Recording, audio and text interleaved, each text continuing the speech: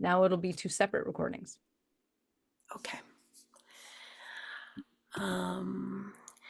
Yeah, because so those questions about where do you land and your relationship with a settled faith versus an exploratory one. Hmm.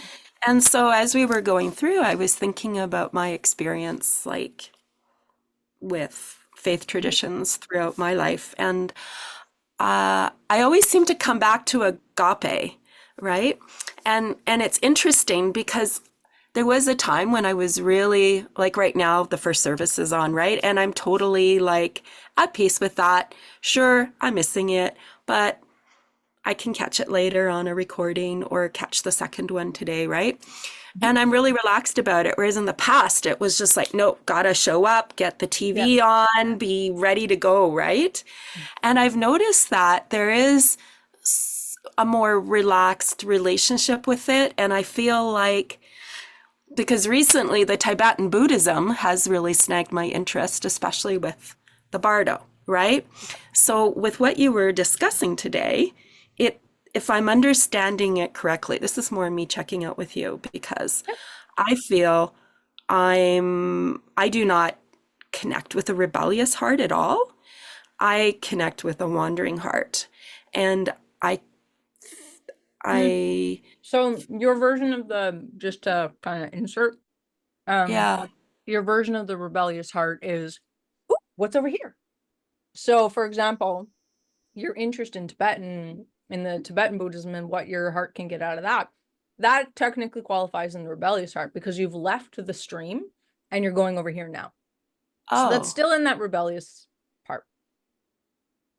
But it's still like wandering though. in the But it's stages, you are oh, wandering because you're not doing it in like, I'm abandoning you. You're not doing it with a yeah. rebellious tone, but it is still that mechanism of I'm not comfortable here. This isn't enough anymore. I'm gonna go over here now.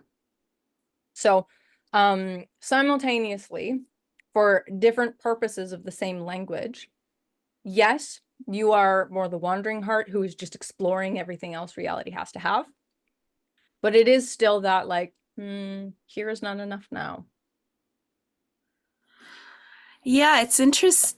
Yeah, it's like yeah, and I don't know if it's just not enough. Like I just do feel that there's still a lot there, Yeah, but but I'm looking for a different flavor. so my way of understanding that relationship is once upon a time it had a lot to offer you. And now you like to visit to top up. But it's not actively giving you anything new. You're just redosing. Right. So it's kind of like you did the deep clean of the house, but now you spot clean once in a while. When you spill something on the counter, you wipe it off. It's that level. It's not that deep devouring of it that you do usually. What the deep devouring indicates is where your wander is.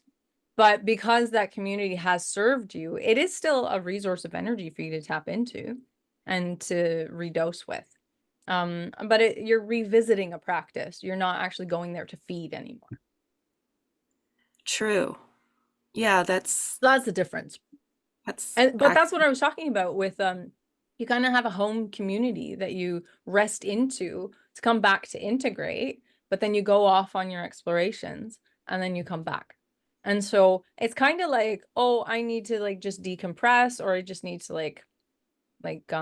get my bearings. So I'm gonna go back to the old familiar that served me as kind of a check-in point. Yeah. It's my touch point. Yeah, because you were saying it's Yeah. important for people to have their church or their home Yeah. community. And for me, it's that. But I was noticing that I loved how you described that. It's not a deep devouring because I think for me it was grounding for me when I was going through a lot of the grief and the Yep. loss.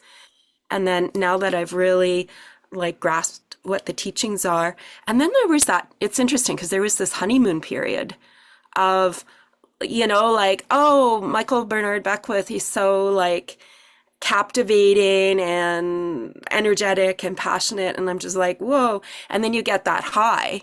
But then it's like, okay, now I've got work to do, right? And then it's because you can't ride that wave. you've got to roll up your sleeves and do the work, right? Well, you got And to I keep think paddling. exactly. And um, so, so yes, it has provided um, a good grounding, and yeah, I would say that's accurate. That's a top up for me. Yeah, Um, it's your touchstone. And I teach this when I talk about like healthy relationship boundaries and more of the like tantric alchemy stuff. Um, we need a familiar checkpoint to be able to track our progress. And so we often return to that signpost in order to gauge how different we are. yeah, That's yeah, why in a relationship, both people can't both be in flux at the same time. It's because you're using each other as your base point for tracking. And so if you're right. both a moving target, then it's just chaos and confusion. So you're always looking for one person or one thing in your life to be that stable thing where you can go back and you kind of recalibrate. And you integrate all of the new things, but you recalibrate and you go, oh, okay, I can see how different I am, and off I go again. And so everyone needs that central touch point. Yeah, yeah, yeah. So I guess this, like where my heart lands on the spectrum from rebellion to wondering, that's why I was asking you for like a clear definition of rebellion. Mhm. But now I see like the two are related because the the rebelliousness is me identifying, well, there isn't enough here. And then I go off, and that's the wandering part, is Yeah. the exploratory experience of checking stuff out. Yeah. So technically, in this case, the rebellious part is the departure. Yeah. But you're doing it for purposes of wandering, not for purposes of rebellion. So it depends on how the language is being used. I use it simultaneously to mean both. The rebellious phase is the, okay, I'm gonna leave now. Whereas the wandering is like the why you're doing it. So in the breakdown in the chapter, when it goes through like the seven hearts, you wouldn't really resonate with the rebellious heart at all because the rebellious heart is literally rebellious.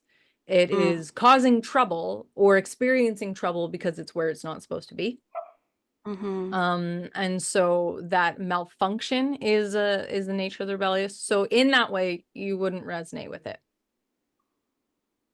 So it really But depends on, in the simplified like rebellious to wandering, then the rebellious is just the context for I'm not where I should be. The wandering is when I'm off on adventure. And so the two words are being used in two different ways. One is talking about two different phases, and the other one is talking about different qualities of your experience.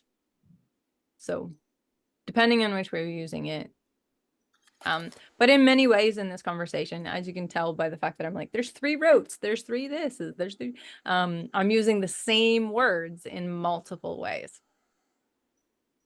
yeah, yeah.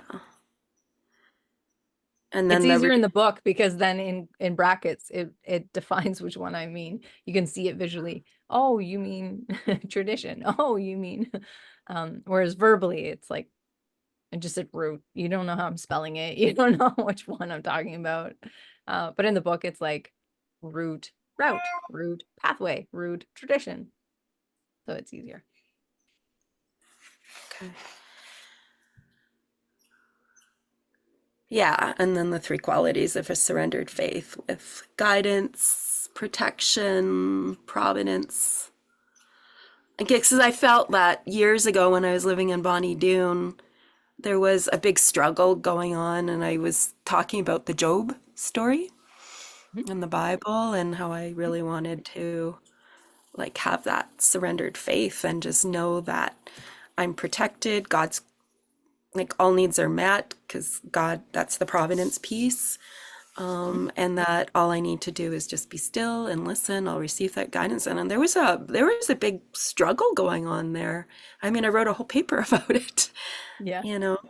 And I worked through it, and now I would say that I'm at a place right now in my life where, yeah, all those are covered. It's like check, check, check. Like I feel really at peace Mhm.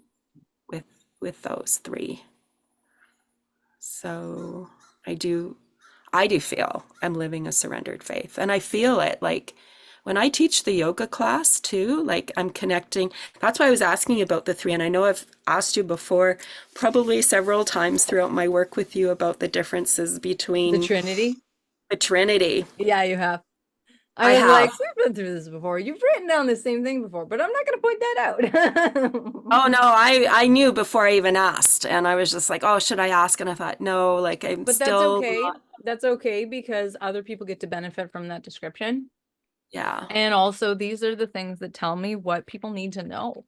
Because like I write the chapter based on the concept, but then the questions people ask or their exploration with it, it draws out other ways of saying things, like that filling gaps for different people. And Yeah. that's kind of what we talked about on Thursday in the live stream as well. It's like sometimes it seems like I'm looping, but usually I'm not looping. I've gone back to the same entry point and then I'm going in a different direction. Mhm. Or I'm saying something in a slightly different way because I can recognize nobody else can hear the prayers of people, so nobody else knows it happened. But as I'm speaking, I can hear or see the reception and the point of disconnect. And so when Mhm. I loop back and I go to say it again, it's because I'm filling in a gap for someone for them to then go through it. And so in the Thursday live stream, when we're talking about language, I was like, yeah, sometimes we sound repetitive or there's like little nuances in language, but we do that because we can tell what was the gap that's going to create understanding here, or because people need to hear things 3 times. The first time you hear it, it gives you a chance to go, what was just said? The second time is, how am I going to do that? And the third time is, okay, now it's time to do it. The third time is the invitation or the initiation. And so it's the introduction, the exploration, and the initiation. And then as a speaker, I'll often take another lap at it with slightly different language, but no one else can hear the fact that what I said was actually different. So to them, I'm just repetitive. Sometimes I am. Yeah. No, the repetitiveness is helpful because yeah, I need a few laps. And I'm realizing more Especially and for more. people who are note taking. As you're writing your notes, you're missing new things. I know, And and I was so noticing, and so on the yeah, next lap, you fill in that gap. Um, as I mean, it's like we're loving this. Like I don't know how accurate the transcripts are, but they're helpful, at least for structure. Because even worst case scenario, you re-listen, you know what timestamp to go to in the video, yeah. and then you can re-listen while watching the words, and you can fill in where it did something wrong. That's what Mhm. I've always done with transcripts.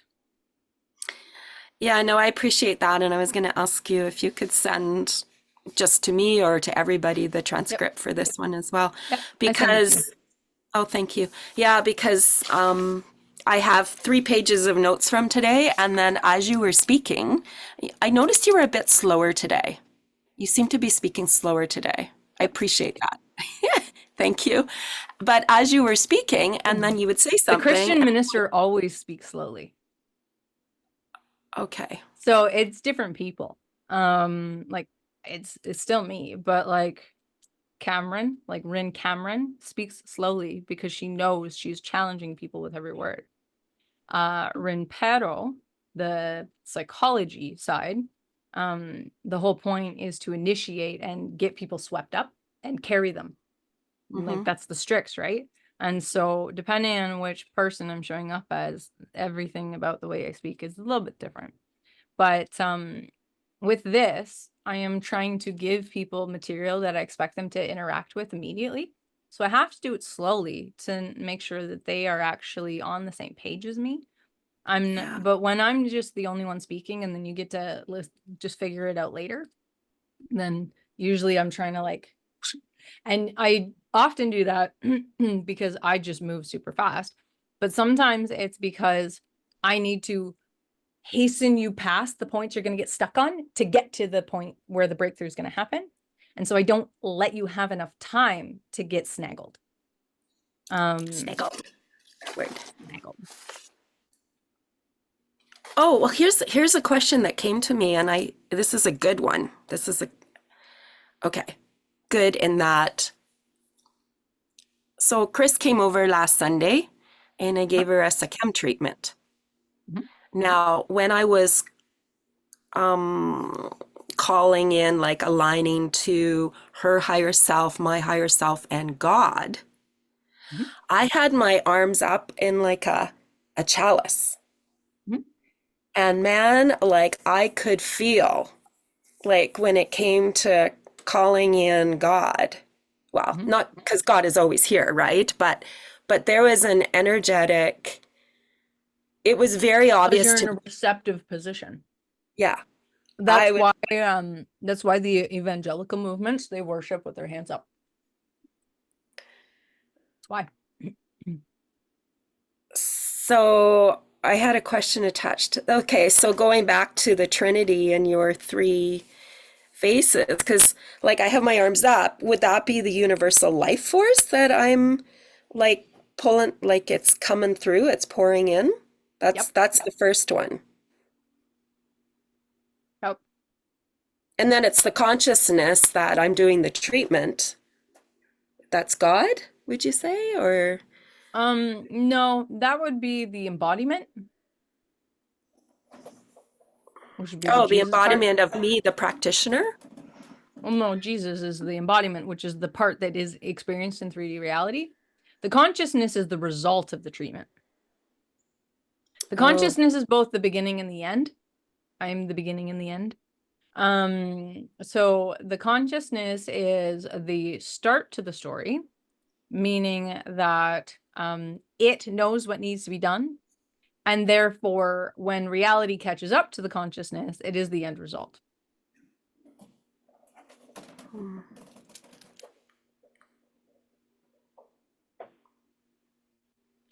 So the intention and the effect. And then the Holy Spirit is the power or the energy. And the embodiment is the effect or the experience. Makes sense? So the consciousness is the intention and the affect. affect or effect? Effect. It would be the effect, and the other one would be the affect. So consciousness would be the beginning, which is the intention, and the end, which is the effect. The Holy Spirit would be the power and the energy, and the embodiment would be the affect and the experience.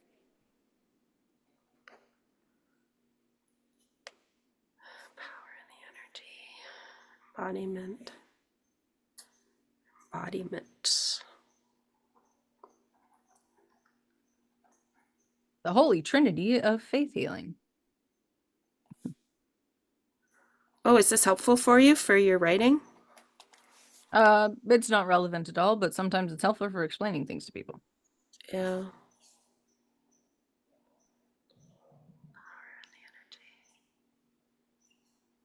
Consciousness beginning. Did I do a sermon on the Holy Trinity, explaining it to people? I don't recall, because if you did, then I would have a better understanding of this. I don't think I did. Beginning, intention, and the end is the effect. Because I might like this series is a specific series. It's like a support group workshopping thing. But then once this is done, I might reintroduce the Mystic Christian gatherings where it's Mm. like a sermon and so I can collect sermon ideas, things people need explained. And then I would do a live stream once a month.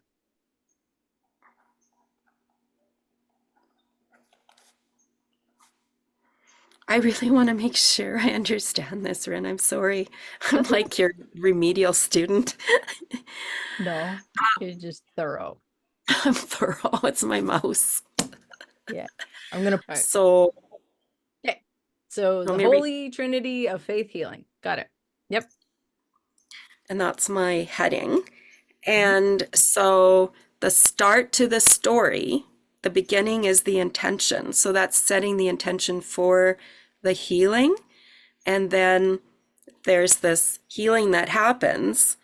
And then the end is the effect, the outcome of it, Mhm. which is the whole consciousness that it's delivered in. Yep. The consciousness is not so much what it's delivered in, but the consciousness is the reason it's delivered. And so it is the beginning and the end of the story, the intention and the effect. It's the reason.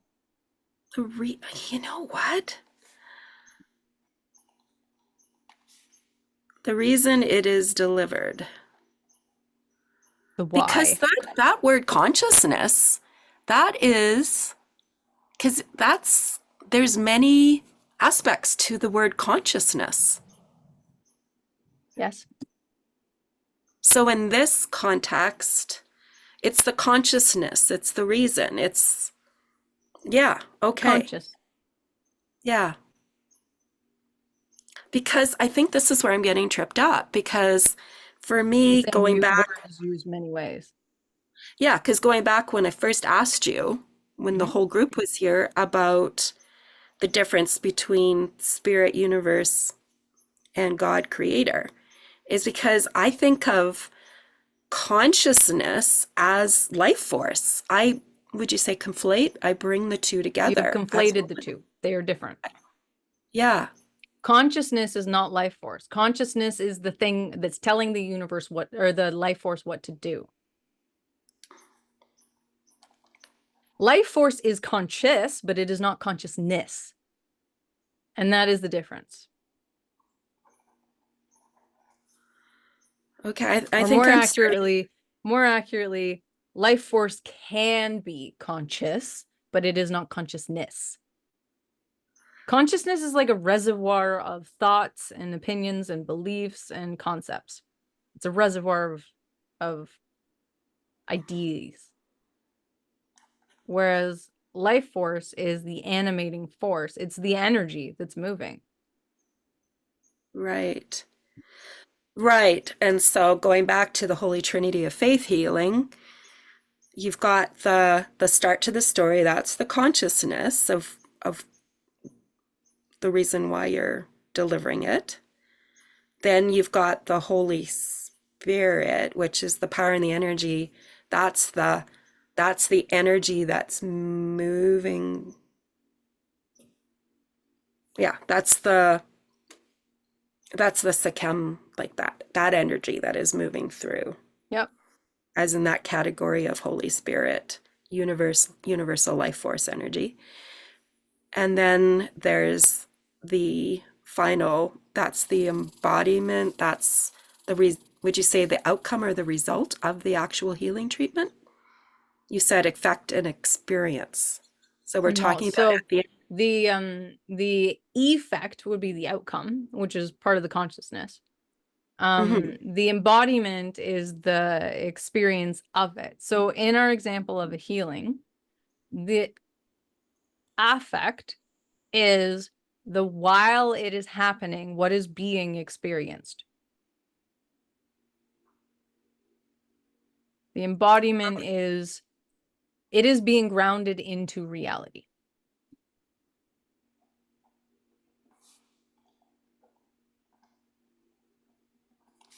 Okay. So I'm gonna throw another wrench in the monkey bars here. Oh, okay. These are both an attempt to try and explain, but we're going to workshop which words work best for you. So I will pitch 3 words. There's 2 sets of them. I will pitch 3 words, and then we will workshop to make sure you understand which one, and the words may have to change categories for it to be correct, right? So there's 2 Mhm. versions of this. The first one is consciousness versus conscious experience versus conscious awareness. I think The conscious create experience. So, um, consciousness is the reservoir of ideas. The life force can be conscious, which means it is experiencing. But then the embodiment is, it is now conscious of it, means it's aware. So conscious as an experience, I'm conscious of this, versus conscious as in, this is now in my conscience, or this is now in my conscious, my conscious mind, meaning I'm now aware of this. So there is, I am self-aware versus, I understand. Conscious is used both ways. So one is experience, which is the life force, and the other one is awareness. So I'm aware, I'm experiencing, it's all the same words. But the last one is, I now know this, I understand it. It is in my conscious mind, not I am a conscious mind. So there's consciousness, meaning the concept exists.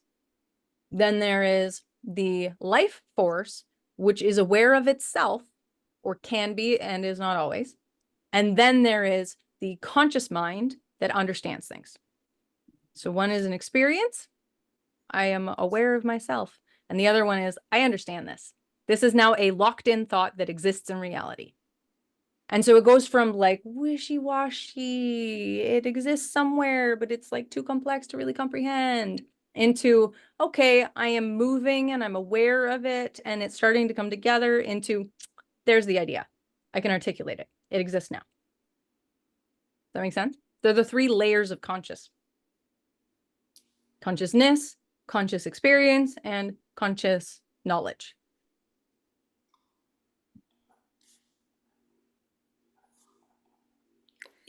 Yeah. Okay.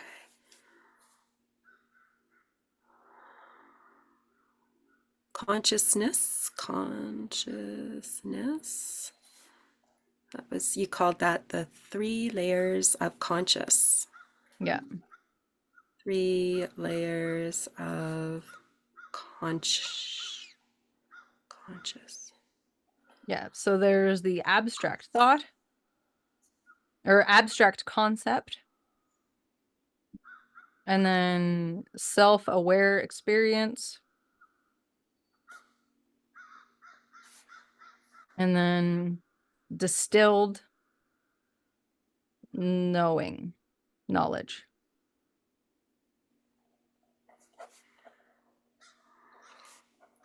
That's grounded into reality. So that's one version. Does that make sense a little bit? So are you, when you say this is one version, are you, There's a second one. is this a version for the Spirit, God, and Jesus? Yeah. Okay. And also it's just a way for you to understand the different ways that people are using that same word. No wonder I'm confused. This is very multi-layered. Yeah. So people will interchangeably use the word conscious or consciousness to mean any one of those 3. And they are not the same thing.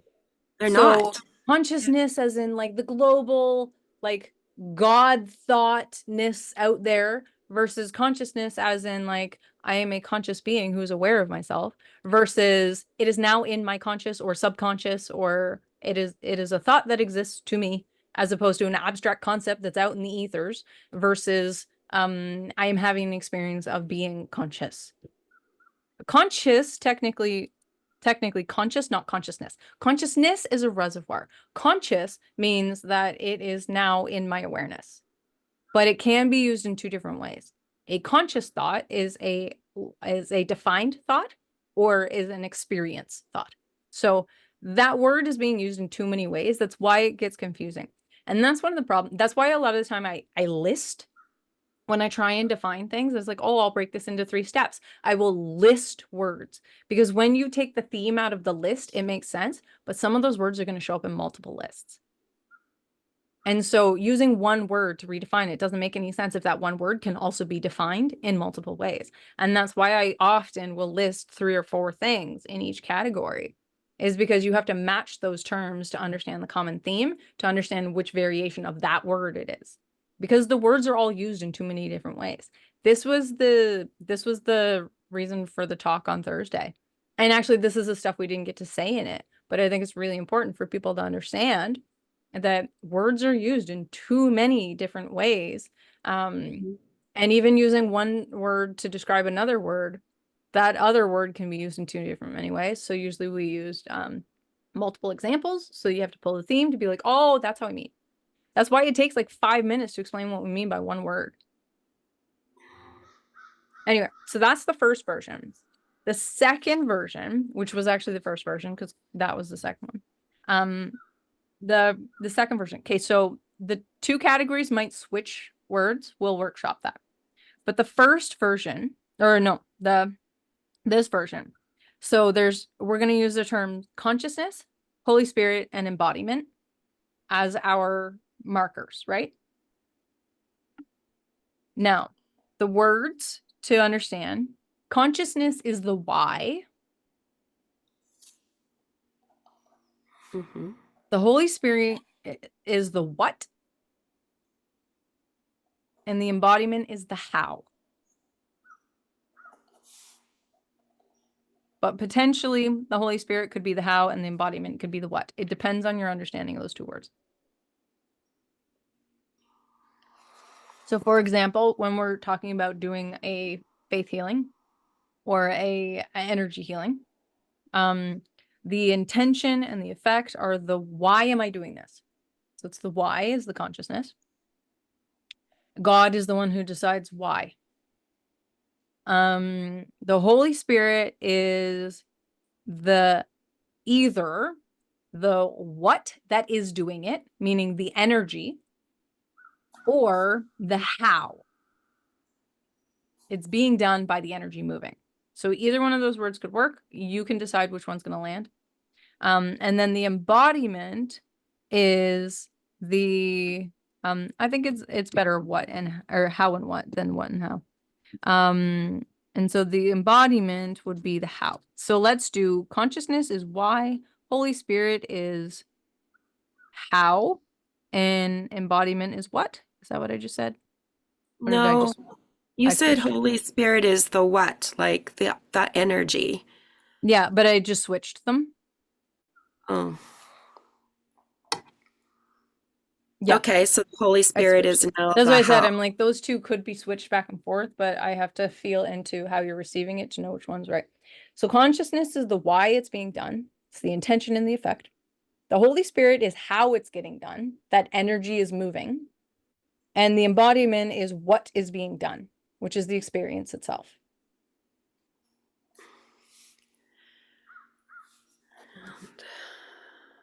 What?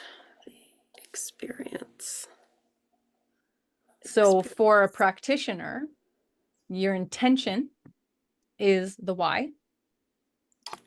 The energy is the how. So Sechem is the how, which is the Holy Spirit animating life force. And then the embodiment is what you are doing. For the receiver, meaning your client or patient, the effect is the why. Oh, I'm doing this because I want this to be different. The energy, sachem, is how it's getting done. And the embodiment is the experience that they are having of it, where it becomes reality to them.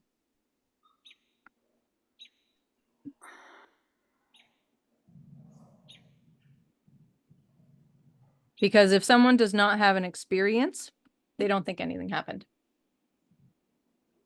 Because it needs to be embodied for it to exist to them. Does that make sense? Yeah, I got for version 2, I was following along with you when so the consciousness is for the practitioner is the why, which is the intention, the effect, the why it is being done. You also mentioned God decides. Yeah. Because God's Okay. the one who decides why a healing is getting done, not the person. The healer and the client aren't the ones deciding anything. God is. You guys can set your intentions all you want. If God didn't preordain it, nothing's happening. So God is the consciousness that's just doing all of this deciding. Right. Okay. And then the Holy We're Spirit. co-creators, but he has veto rights. Let's put it I that know. And way. then it makes me feel like, oh, if you're setting your intention and actively engaging in a healing treatment, and then God is already predetermined, well, nothing's going to happen, then that's very, it just seems very kind of mean. Like, but, well, if it's not meant, if there's not meant to be something that comes out of it, then okay, then there's something else bigger at work here, then, right? That's how you look at it. Usually we are the agents of change that needed to happen, but God used us as the mechanism for making it happen. Or God has a different plan, and by doing the work at all, you're initiating a sequence for change to happen. It's about releasing that stuck, or like the settlement and rebellion. It's about releasing that so that change can happen. God's plan is rarely, hey, sit still forever. And so the work is like, we may have a very clear design of exactly what we want. That may not be in our best interest. And so God's going to innovate on that. But God helps those who help themselves. And so when we participate, then there's room for him to move, this room for the Spirit to move. But when we do not, and that's the thing, is the intention part, like setting your intentions and doing all of that. It's not so much about dictating to reality how things are going to go. It's about the free will expression of your willingness for change to happen, and then allowing God the room to actually do it. That's what intentions are supposed to be. Because ideally, intentions are in alignment with the plan, in which case it looks like we did a good job. But it only works when you are already in alignment. If you weren't in alignment in the first place, then your intentions would be a corruption, and you may get it for a minute, but it's not going to stick. And that's why it's like we need to be responsive, because the premise is you were already right to begin with, but needed change, and then you're co-creating that change. Okay. I know it's complicated. Oh, there's just so much, and I can feel like I'm getting full. So Now, just to this kind of conversation is like in the Power of Asking workshop in a couple weeks. This is what we're talking about. okay. So we'll get another pass at it then. Yeah, I was buying more supplies yesterday for my moth situation. And I had to go back to the dollar store to get a few other things. And then I thought, oh, I'm gonna get like a brand new binder. So I've got You don't like have enough binders on your shelf? I know. Didn't you have spares? Um, well, I like the 1.5 inch, and I've utilized like Uh, all of them. Like, well, pretty much all of them. Like I like the pockets, like the sleeves, so I can slide in the front and the back, like so I can find my binders easily, yeah. you know. And yeah, I've got all my like dividers Yeah. Ready and to I've go. yeah, Ready for my next because semester. I know because the thing is like there's I mean there's always something going on, but then when you like unleash your new offerings, it's like it Mm, comes fast and furious.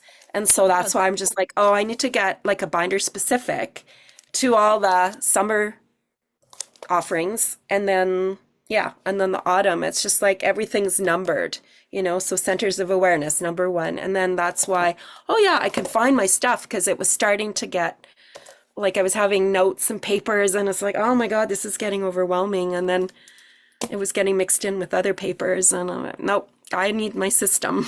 Well, Yeah. spend $4 and get another If I binder. organize it in reality, it's organized in my brain. Yeah, it's so true. Yep. Because, like, I know that, yeah, anyway, I need to Mhm. get, so version 2, yeah, consciousness is the practitioner's consciousness and being clear about the intention and the effect. What is it that's being worked on? And then the Holy Spirit is the how, which is the energy, and the embodiment is the what, the experience. So I kind of I lost you because I was just getting grounded with what you were stating about practitioner, and then you talked about the recipient. Mm. So it was a little bit different for them, right? A little bit. So I will recap the practitioner and then redo the embody. So I'm using the same words that we used before. For the Yeah. practitioner, the intention is the consciousness and why, and Yeah. the embodiment is the what they're doing.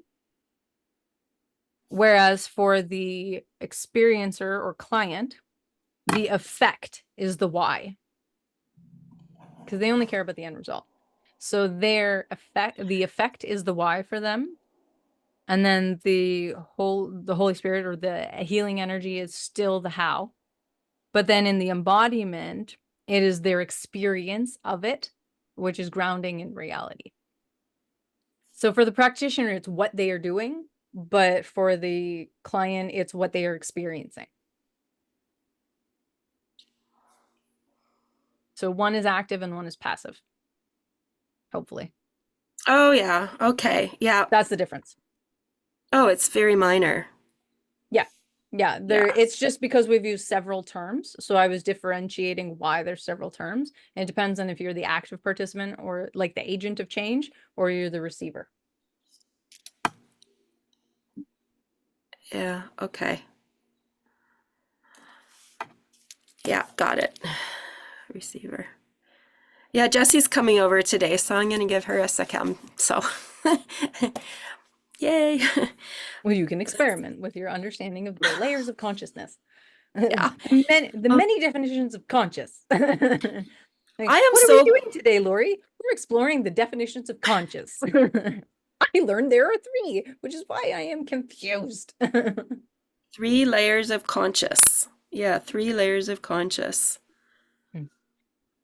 Yeah. Oh, this has been so helpful. Like, thank you so much. I mean, this would have been a great question to ask for the group, but well, well, who knew, right? Like I didn't. Well, I did ask Um, it though, actually. I did ask because you did you go did, over, but and we took it further. we went over it to the level that they have the attention span for. Whereas the majority of this conversation actually fits in the power of asking workshop. And so reinitiating this conversation, if it's not already covered in the content, would be perfect for that. Because that is where they need to understand. Because that is about like your part as a conscious co-creator and participant in the change of reality, and how, oh, in alignment means it works, but it was always in the plan. And what am I really doing? And well, you're the agent of change. And how that all fits together is that workshop. Okay. Yeah. So in the context of that workshop, we can review all of this because that's where this will be super helpful for those people. But in this, like in this context of the nomadic routes, to them, it's like, oh, we've gone off on a tangent. We haven't, because this is a layer of you understanding what was already being said. But the Trinity wasn't a part of those teachings. And so for most of them, they're like, oh, we're going off on a tangent. And it starts to distract from what they were doing.